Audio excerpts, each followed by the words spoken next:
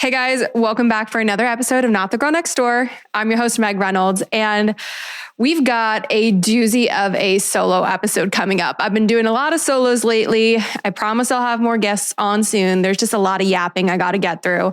If you can't tell by the title, The Art of Happiness, I'm talking about happiness this week. And I think that is such a blanket word, and I will get into the episode in a minute. This is one I've been thinking about for a while and my thoughts on it especially you guys know I'm into journaling again lately, and kind of through my own journal entries lately and rereading the ones of my past, just really sitting with myself and asking, am I happy? I'll never forget, I was once on a date with a guy and he sat there and asked me, he looked me dead in my eyes and he goes, on a scale of 1 to 10, how happy are you with your life?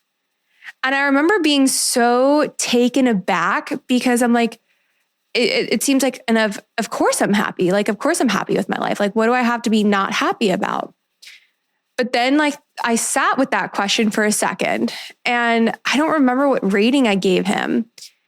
I think I want to say I gave him a 6 or whatever. And he said he was about the same. And I remember I asked him why, what made him ask me that question?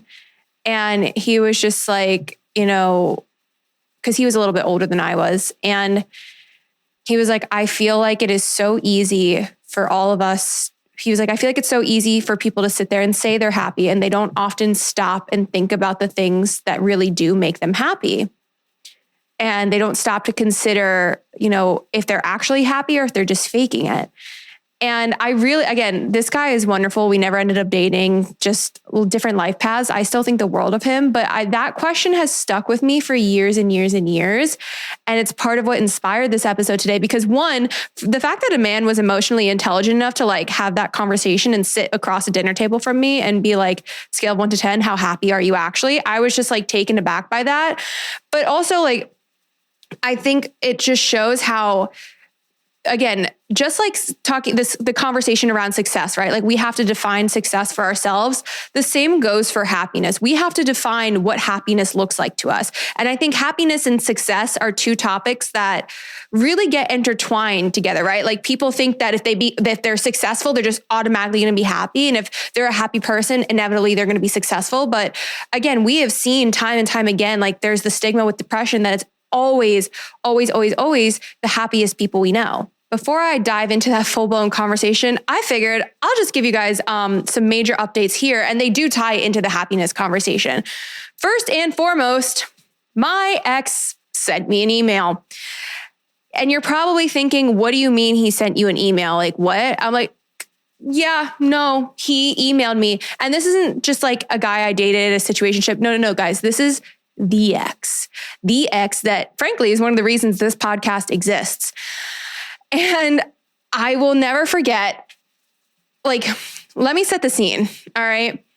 December 2023, I had a conversation with this man and he was asking me for some help with his social media for his business. And I was just like, I'm not working for you for free, dude. You got me fucked up if you think I'm doing that, but I will give you advice. And on the phone call,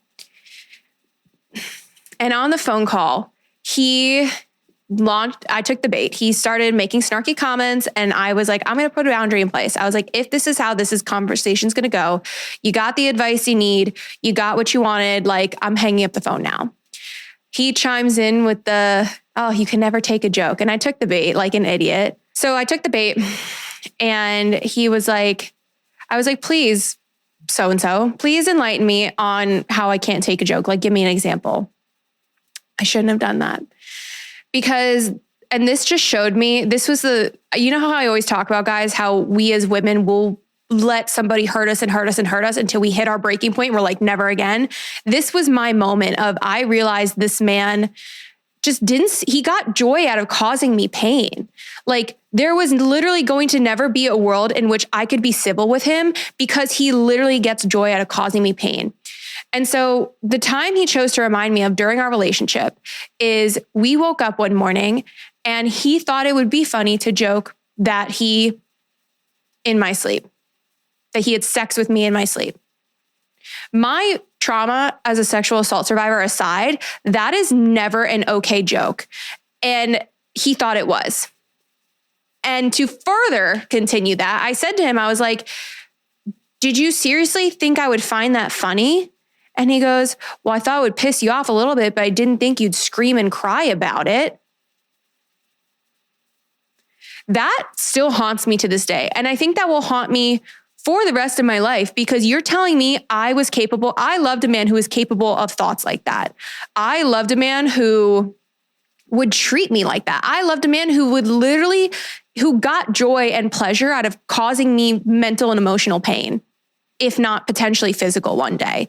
That is still a thought. There were a lot of signs there that showed that eventually down the line, I probably would have been hit, even though he loved to remind me, and quote, you need to quit acting like I was such a bad guy. It's not like I've ever hit you.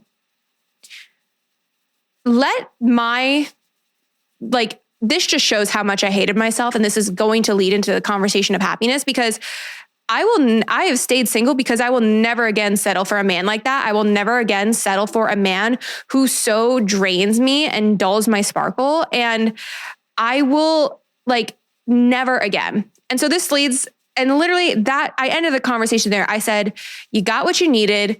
I am blocking you. Lose my number. Forget you ever knew me. Just let me move on. I want nothing to do with you. And it's true. I don't hate him, because hating him would take too much energy. And frankly, I just feel sorry for him. I feel sorry that he is such a miserable human. And I feel sorry that he has let his own trauma get in the way of his life. But you will never catch me letting a man treat me like that again. And it's sad, because I remember he once was like, I'm a good partner. I was like, no, you're capable of being a good partner if you go to therapy and fix your shit.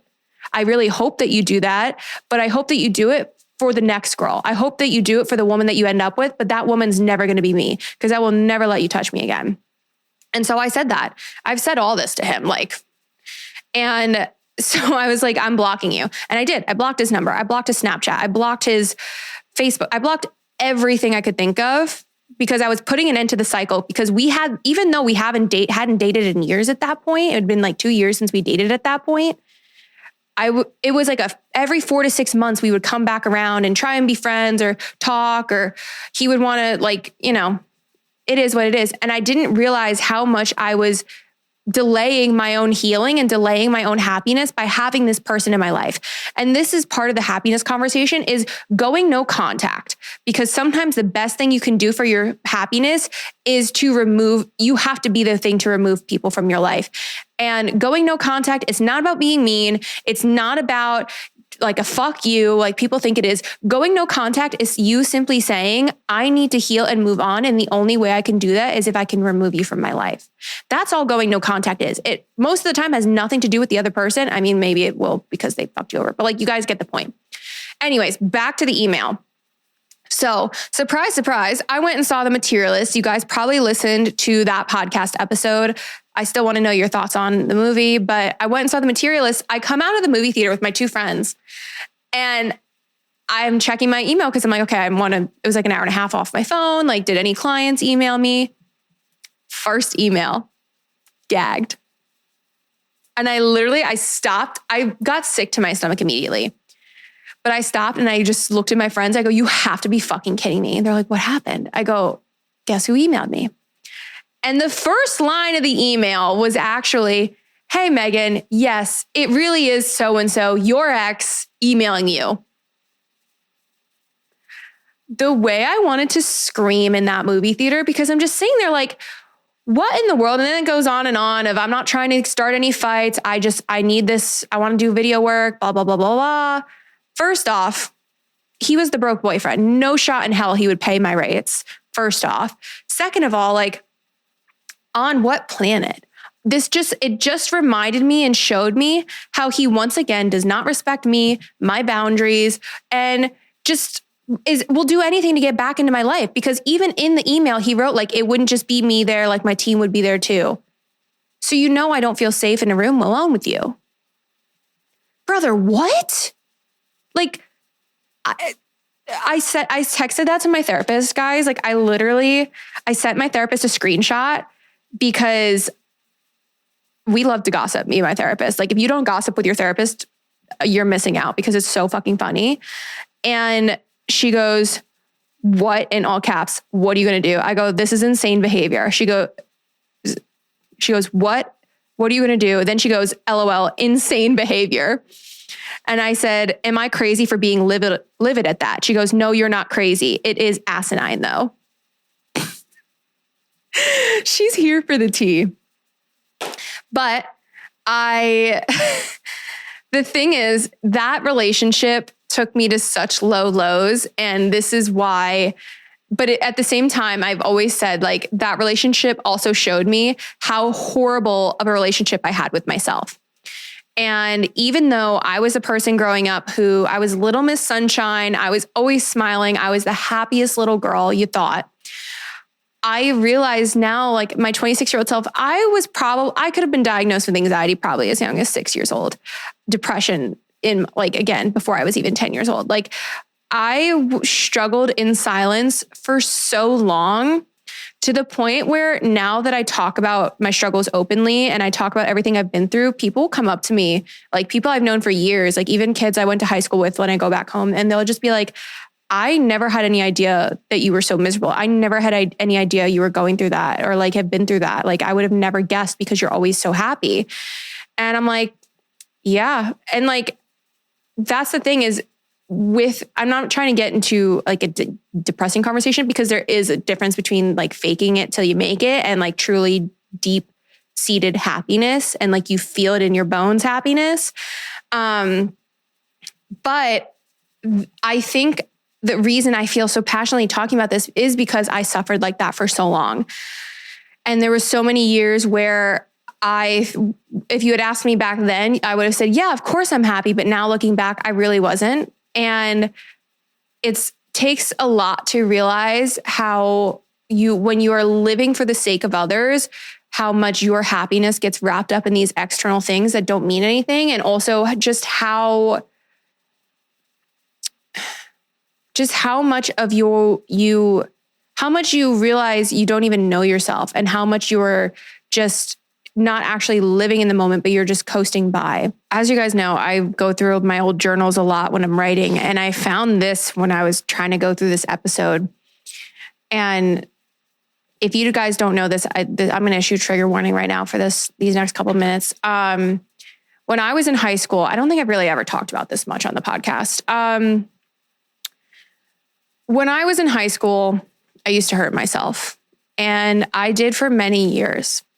Longer, and I struggled with the urge to longer than I cared to admit. And it's a reason why I used to think at one point, like I would not be here anymore. There was a point in my life where I truly felt like I could just disappear and nobody would miss me. And I hate that so much of my teenage years was wasted feeling like that. But I found this passage from one of my high school journals. I lost a lot of them over the years, but I have like random pages of them. But this one says, in time, I'll regain my self-worth and once and for all overcome my demons. God, I was so dramatic in high school. I still am dramatic. I want this year to be full of love and happiness. I will make sure of it. And then I insert, oh my God, I can't even read my old handwriting. I must learn to trust myself. I'm the only person I can ever truly count on. Not only will I learn to trust and love another, I'll learn to love and trust myself. That is a promise. And that I wrote on December 30th, 2014. And now, a little over 10 years later, I can say I've kept that promise to myself. And that makes me emotional, and it makes me really happy, because I have found the life that my younger self always dreamed of. And I found the happiness she dreamed of. And I found the friendships. And I just found the version of myself that I could actually be proud of and walk through life being proud of. And I talk really positively on the podcast always. And I want you guys to hear me and I am truly, genuinely happy. But I also want you to remember, like, happiness is a spectrum. You are not going to wake up every day, like shitting rainbows and like drinking from unicorn tears. I don't know what I'm saying. But what I do know is that happiness, when you're sitting there, if you're somebody who's sitting there saying you miss feeling happy and you are just craving that feeling again, you can only miss what you know. You can only miss something that you have had. You can only truly know it if you have had it and felt it. And so if you're somebody who is struggling to find that happiness again and struggling with yourself right now, ask yourself, when was the last time I was truly happy? Because the answer is probably going to surprise you. You probably have it. And also write these questions down in your journal. These are things I ask myself in my journal all the time of, am I truly happy or am I just going through life? What are 5 good things that happened this week? Asking yourself sitting with yourself. I mean, you can never underestimate the power of journaling. And I'm so glad that I started doing it again. It doesn't have to be an everyday thing. It doesn't even have to be an every week thing. Just when you feel like you need a good brain dump, journaling. I literally have so many journals, guys. Like this one, this journal here, I will never get rid of. And I have to I want to finish writing in it, like the rest of my college years and all this stuff. I stopped writing it in 2018 and I just kind of want to go back and fill in some of the lore while I still remember it before I'm old. But this one, my best friend from high school got for me before we left for college because she knows I love writing. And even though this message she wrote me is about college, I think it still rings true. And she just said that it's going to be weird, fun, and exciting, filled with new experiences. Document them here and it'll be like I'm there with you. That being said, I'm only a phone call away. But then she ended with, P.S. adventure often, smile always. And she knows I've been on plenty of adventures since she gave me this. And so many so that we've got more journals coming and, all of these, this one I started this year and so many things to write about. But I think the key is really sitting with yourself. And I think why a lot of people aren't happy is they don't know how to ask themselves the hard questions. They don't know how to sit and say, when someone says the blanket advice of, oh, you need to just do what makes you happy. Well, what does that mean? What does that fucking mean? Just do what makes you happy. And if you're sitting there going, I don't know what makes me happy. What should I do? And you're looking for other people to tell you what to do to make you happy. That is a sign that you don't know yourself. The key to happiness is truly knowing yourself and having a good relationship with yourself. I think the thing about happiness too is happiness is such a big emotion, right? And when you think of happiness, you think of bright and big colors and bold and fun and loud. But for me, I've realized sometimes happiness is calm. Sometimes happiness looks like just sitting in silence. I think for me too, as I've healed my anxiety and healed my relationship with myself, I no longer feel the need to fill silences. I no longer feel the need to have to be like the loudest person in the room. And don't get me wrong, I am a loudmouth still. I will forever and always be a loud person. But sometimes happiness is just calm and steady. Sometimes happiness is just that peace you feel in your heart and that stillness you feel, and you can just take a big sigh. That sometimes is the happiness that you need. I think a big key to happiness too is taking your self-worth out of external validation. And I kind of talked about this in last week's episode, especially as a creative, how so much of our self-worth gets tied up in external forces. The same goes to happiness. We're seeking that praise, or you fucking praise kink freaks, but we're seeking that praise, or we're seeking that promotion. We're seeking that boy to like us and text us back. We're seeking, we get new clothes. We need that instant dopamine hit. And I think a lot of society has trained us to have that reaction now. If I don't get it instantaneously, where I'm crashing the fuck out. But I think the key there is why it's so important to know yourself is to just sit with yourself and ask yourself who are you? And it's to sit with yourself. And I think, when it comes to figuring out okay, so the advice of just do what makes you happy, and you don't know what makes you happy, right? I think my best advice to answer that question is ask yourself, what did you love doing as a child? That is advice I got years ago and I've talked about before, but it just stays tried and true. And I think that is the best advice to figure out what is going to make you happy, because we all know kids, we are a blank slate as children. We're pure and innocent, and we haven't experienced, hopefully, a lot of harsh realities of the world yet. And when I think back to my childhood, it always immediately it's writing. I grew up, I had this like bookshelf in my room, and when I filled it and the Nook had just come out, my parents got me a Nook because I was reading so much. And I had craft cabinet on craft cabinet downstairs in my basement. And I sometimes I crave that simplicity of just being able to go down to my childhood basement and start crafting something. And it would be, I would go visit my great aunt, and she had this table, and she still has it. She's keeping it for me because I said I want it for my house one day. God, if I ever have a house. But it was our craft table, and all of us kids could paint on it and draw on it, and like our names are written everywhere. And I just think of that. I think of the silly paintings, and just all of it always comes back to that is what's made me happy as a child. And dogs, of course, I've got my little Rocco Bean, and thinking of what did you love doing as a kid and expanding on that, I think is the best way to figure out what is going to make you happy. And weirdly, something else as I've healed that's made me happier, I should say, is setting boundaries. That sounds like a weird thing, but boundaries without consequences are just mere suggestions. And if people don't like you when you set a boundary with them, prime example, my ex, then they shouldn't be in your life. And I think, and again, another example from my personal life is, obviously I've talked about it before. You guys know I went no contact with my dad this year.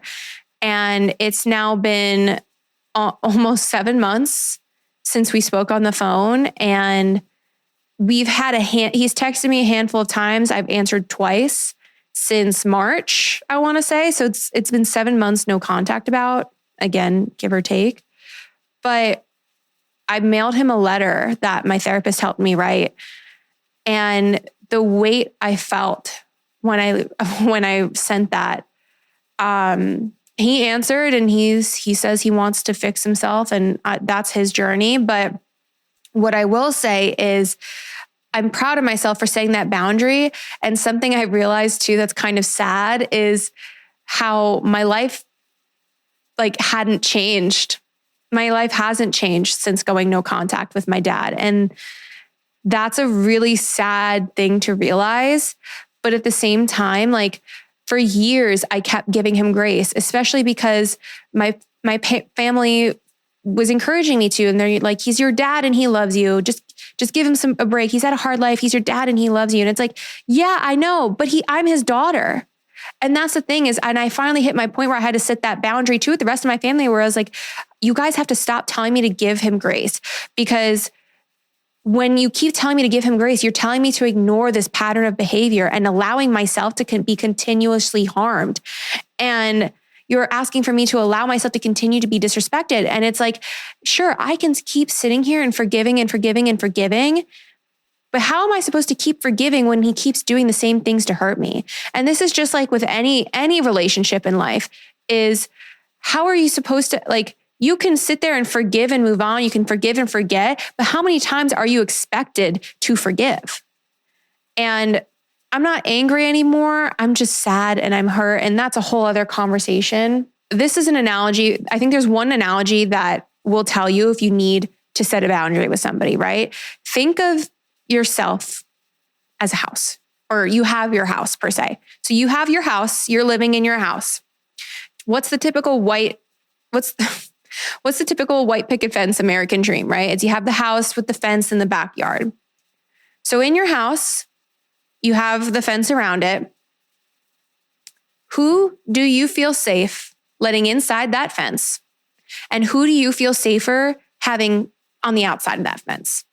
If you feel safer with somebody being on the outside of your fence, that means you need to set a boundary with them. And I've been applying this analogy to my life, and it's the analogy that made me realize, I need to go no contact with my dad and I need to set that boundary.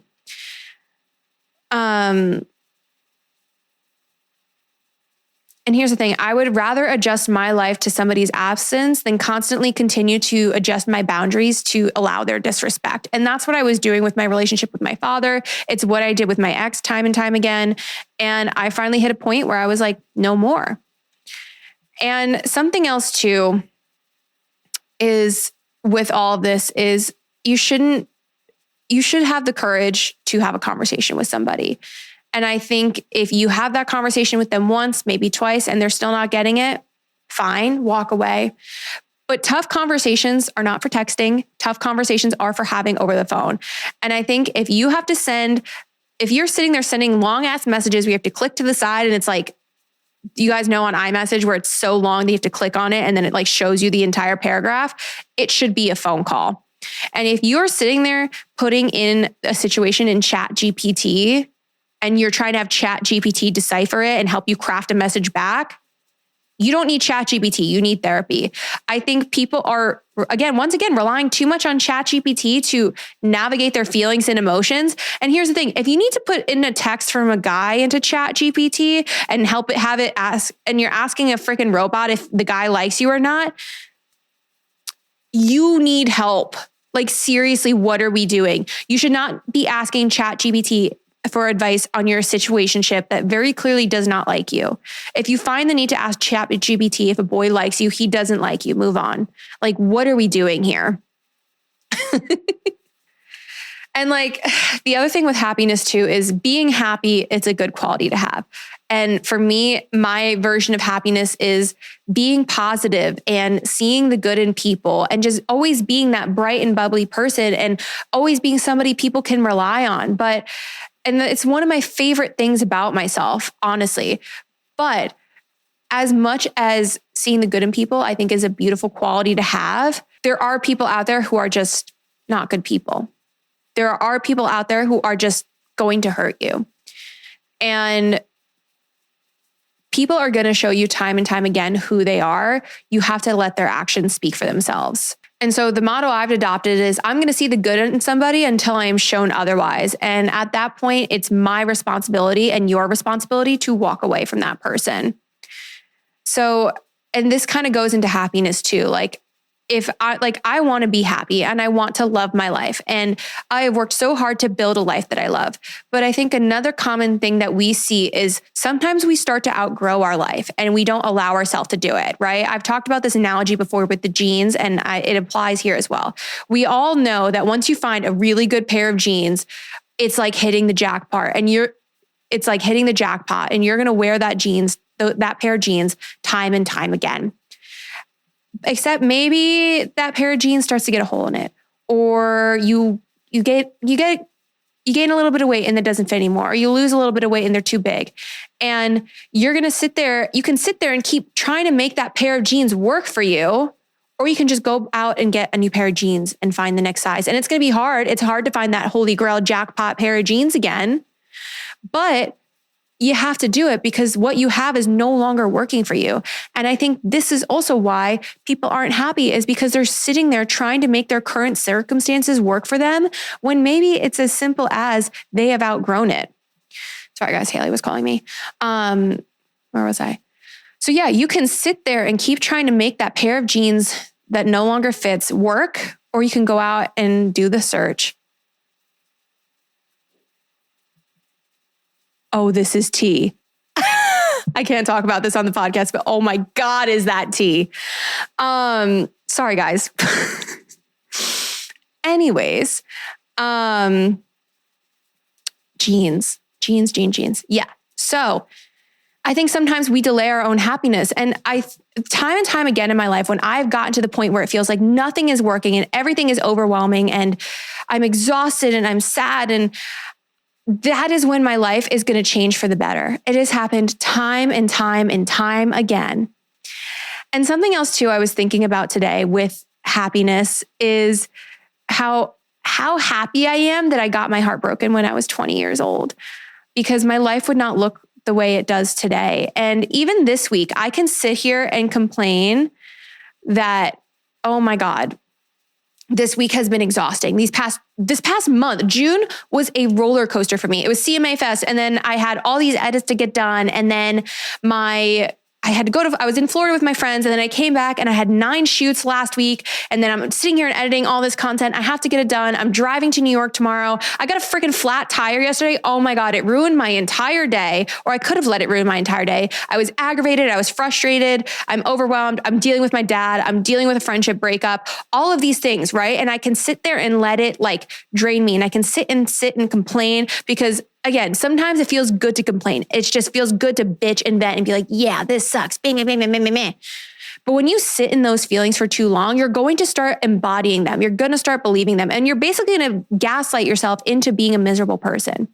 And so I would encourage you, even in the worst of times, you just have to find one little ounce of happiness, one little thing that you can be hopeful about or look forward to. And I'm not saying this to be like the toxic positivity, like, yeah, everything is great. No, sometimes things do suck. But what matters the most is in the times that suck, it's how you pick yourself back up and find happiness again. That is what makes the difference in our lives. We're not always going to be happy. I'm sure I'm going to hit rock bottom 5 more times in my life. But what's going to matter and make the difference in my life is how I pick myself back up after each and every one of those times.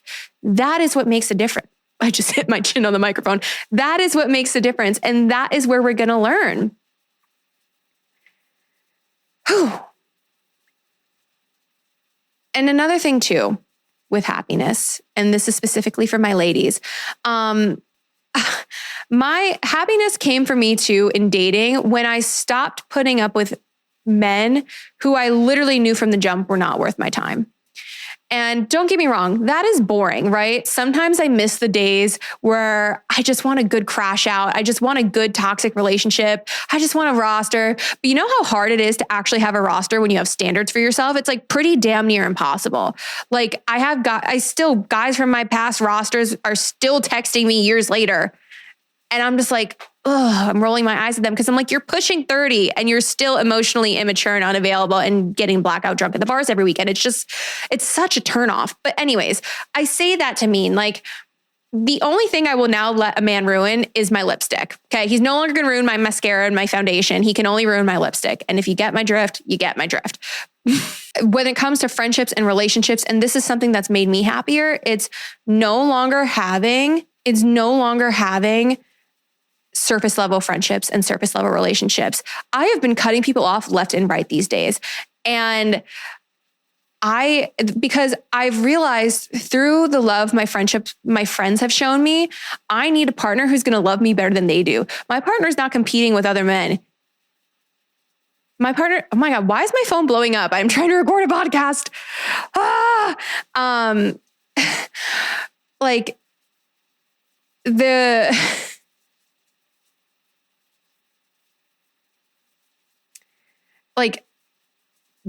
A man's not competing with other men. He's competing with my friends and the life I've created for myself. That is what I always say. And the thing is through all of this is how I found myself. And I have found what happiness actually does look like. And the relationships and friendships and jobs and all these external things where I became codependent and I isolated myself and I allowed myself to be disrespected simply because I thought if I just was a little more bubbly or I tried harder, like maybe somebody would like me. That's when I wasn't satisfied. That's when I wasn't fulfilled. That's when I lost myself and I lost my happiness. And here's the thing. There are 2 types of people in this world, right? There are the people that are going to have the courage to chase their dream. There are the people that are going to have the courage to I'm getting tongue-tied. There are the people that are going to have the courage to chase their dreams. And there's going to be people that are going to stay dreaming out of fear of judgment. And those 2 types of people can't really be friends with each other because it's going to lead to resentment and things like that. And I have realized how I want to be the person that's chasing my dreams and I want to be the person that's cheering my friends on while they chase theirs, and we're not in competition with each other. So if you find yourself feeling lost and you find yourself feeling happy, I would encourage you to not only, again, look at what you loved doing as a kid, but ask yourself asking yourself again, too, when was the last time I was truly happy? Take a look at what your life looked like then. What were your hobbies? who was in your life? What did you do?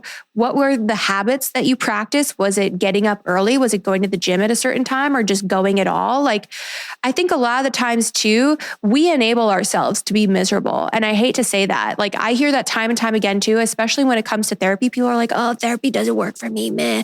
It's because you're not actually putting in the work outside of therapy for it to work for you. Sometimes we're enabling our own misery simply because it's easier and simply because it's harder to actively acknowledge, yeah, I'm miserable, but I want to do something about it. Sometimes we're our own worst enemy in that way. But I think the happiest people are the ones who have the courage to look at their life and make a change when it no longer suits them and when they're outgrowing it. And I think the happiest people are the ones who can call themselves out when they're enabling or when they're having a bad time. Like, again, I don't want to sit here and act like my life is perfect because it is far from perfect. It is messy. It is chaotic. I have anxiety. There are plenty of weeks where I'm like, I just want to give up and maybe I will just become a trad wife. Like, I don't fucking know. But I pick myself up each and every time because I know that's not authentic to me and I know I wouldn't be happy doing those things. And all of this to say, happiness really is a spectrum. And the key to finding happiness, I think at the end of the day, is reminding ourselves that our career doesn't define us, our friends don't define us. None of these external things define us unless we allow it to. And this is why I said last week how we shouldn't think of life as finding ourselves. We should think of it as creating ourselves because only we know what's going to make us feel happy. And happiness to me is different than happiness to somebody else. Like, I love my dog. Some people hate dogs. I love photography and that makes me happy. Creativity makes me happy. Going to the gym makes me happy. Some people love running. I hate running. Okay, I'm trying to start running a little bit more, but it's just not for me. It doesn't make me happy. It doesn't bring me peace of mind. It brings me stress. Maybe one day it will, but for now, it doesn't.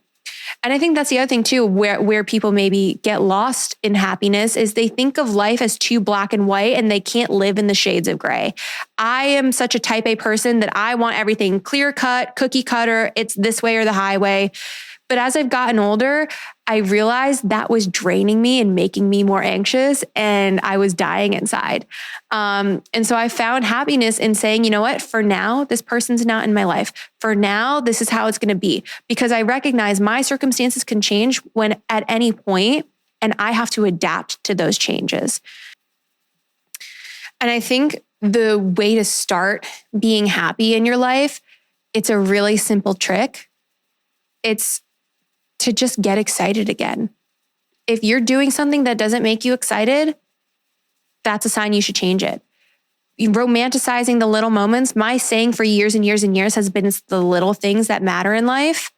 And I will stand by that saying because it really is. But I think the simplest way to start doing that is just finding things to get excited about in your day-to-day, even if it's just taking your dog on a walk or meeting a friend for coffee or going to work from a coffee shop that day.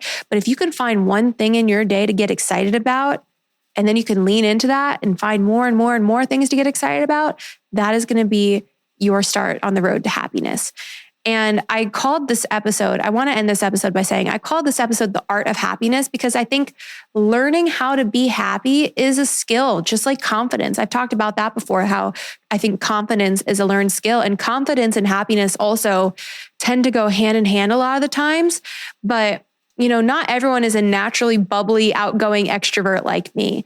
And there are times I don't feel like that person. But learning how to reconnect with that version of myself and, you know, do those things, it's the things that it's going to keep the dark parts of my soul and the sad parts of my soul at bay. Because I have dark sides of me. I've got sad sides of me. Again, if you guys read my high school journal, you'd be like, hello, Shakespeare. But all of that to say, happiness is a learned skill and you have to start practicing it in your day-to-day life. Start journaling, start writing things down, start romanticizing the small moments. Stop and smell the roses if you literally want to put it in those like those dramatic ways. If that's cliche as that is, like write affirmations on your mirror. Take the time to just 5 minutes, go sit outside, go touch grass, like doing. And again, don't ask other people, oh, what do you do to make, you can look, I'm saying, you don't need to sit there and ask everybody, oh, how can I be happy? What do you do to make yourself happy? Yeah, sure. Maybe get ideas. But again, the whole point of becoming happy is learning to sit with yourself and ask yourself these questions intrusively. And that is why I would encourage everyone too, if you're struggling with happiness, like really start journaling or writing things down or recording shit on your phone, whatever feels good for you. But that is all I've got for this week's episode of Not the Girl Next Door. Make sure you leave us a 5-star review wherever you're listening. Subscribe to YouTube, subscribe to all the platforms. We're on Instagram at Not the Girl Next Door podcast. And I will see you guys next week for another episode. Bye for now.